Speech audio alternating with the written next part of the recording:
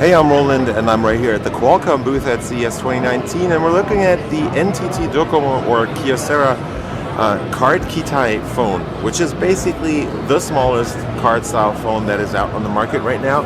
It's only available in Japan. It launched like 2 months ago or something over there through NTT, and they're selling it for around 330 euros converted, and it's basically an insane contraption of a phone. There's this Palm phone that came out a while ago. This is much more ridiculous than that, because this is running an e-ink panel that is 2.8 inches in diagonal, and as you can see, it even has the touchscreen. It runs Android actually. Let me just try and go into the settings and show you the About phone. And down here we have the baseband and the kernel information. I'm guessing this is AOSP because there's a bunch of things where you can see that basically. Let me try and switch to status. And there we have the battery that's almost fully charged. You will probably never need to charge this, or mostly not need to charge this. Let me just try and turn down my light a little so you can read stuff better. It does have Wi-Fi, it has 4G LTE, and you can even use this as a standalone phone. And it runs Android, as I said. Let me try and swipe down. Okay, that doesn't work. They've tucked it, or they've cut it down in many ways and try to make it much easier to use this. So you only have this back button, and then you have this multitasking, or basically home button, because you can't really multitask because you don't have that many apps. You basically have settings, then there's a notepad. There is even a browser. I used this before. There you can see that it's probably AOSP.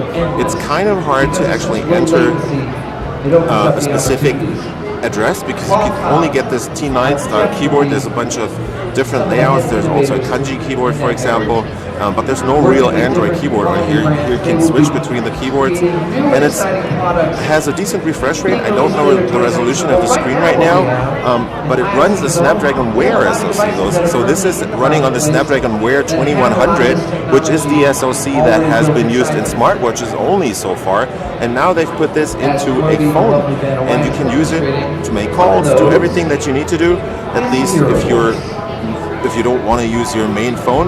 Let's go back to what apps are on here. We have the browser, as I said, then there's a calculator, super simple apps, just do what they're supposed to. Then you have a clock, calendar, messaging, and a phone book for all your contacts, plus the dialer, and that is pretty much it on this.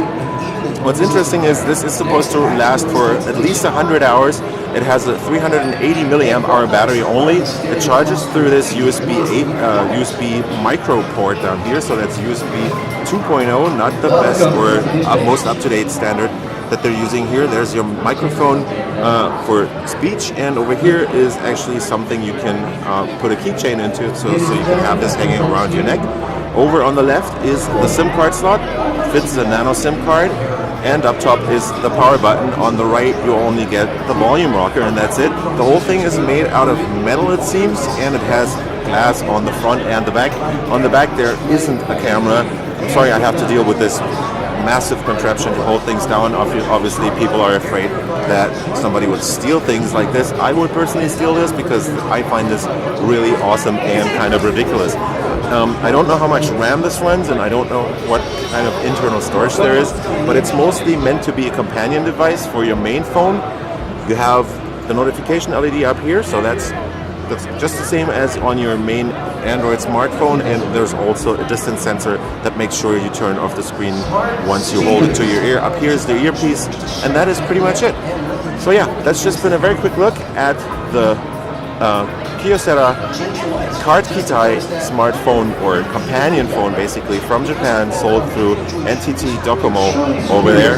And yeah, if you like this kind of stuff, follow me on Twitter or subscribe to the channel, and I'll see you around from CES 2019 or any other trade show that I might decide to go to.